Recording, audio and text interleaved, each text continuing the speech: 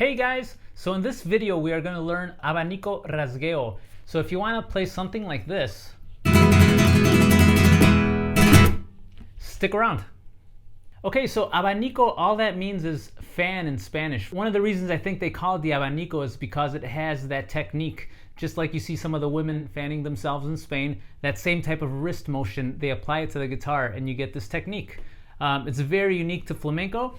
And it's not too complicated in theory, but it does take some time to build it up in speed. So let's check it out really slow. So we're going to start off with the thumb on the downbeat, and it's a little counterintuitive because it starts off with an upstroke. So you start off with the thumb going up, then you extend the fingers open with the middle and the ring finger, and then the thumb comes back down. So it's mostly the wrist doing the majority of the work. You don't want to use your arm like if you're strumming. So you definitely don't want to use the forearm in that type of fashion. It's just mostly a twisting of the wrist. Just like you're opening up a doorknob. That type of same motion. So it will be a twist up. Fingers kind of come out as you're twisting the wrist back down. And then thumb comes back down as you're twisting again.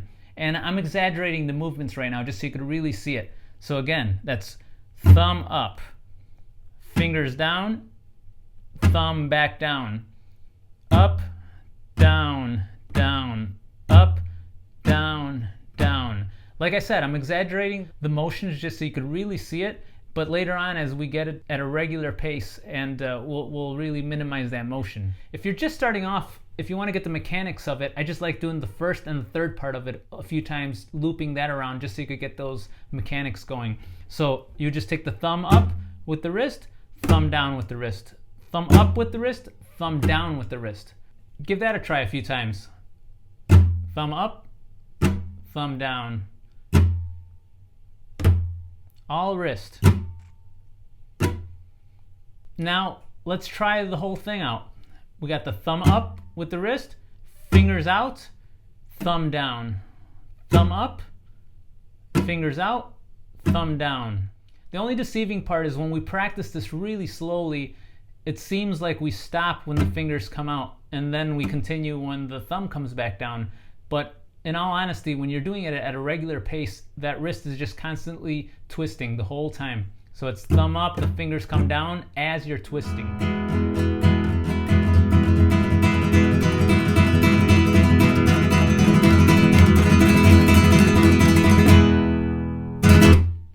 So the way you're going to want to start practicing this with the metronome is 1 per beat. Since we're going to be taking it really slow, it's just going to be 1, 2, 3, 4, 1, 2, 3, 4. If you want to add a chord, if you're already familiar with some chords, maybe a E major, it'll be 1, 2, 3,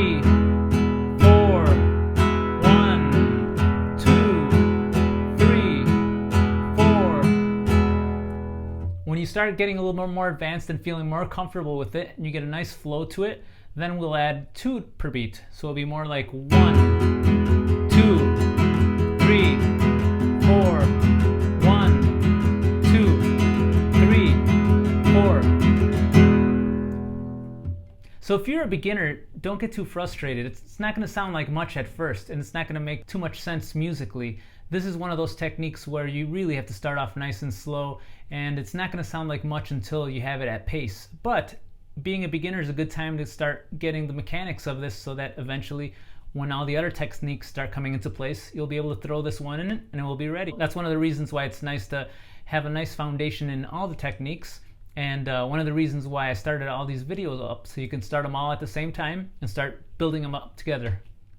Now, the Abanico can be used in a few different ways. You'll see that they use it to close out measures or hit some heavy accents. So sometimes they might be a little long, sometimes they might be really short, sometimes they might be dry, sometimes they'll leave it hanging. So just a few examples.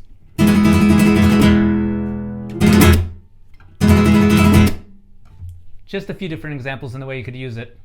Well, I hope you enjoyed this lesson, and if you'd like to keep learning, please look up the rest of my Beginners Technique series. They're here to give you a nice solid foundation in technique. Keep practicing and see you next time.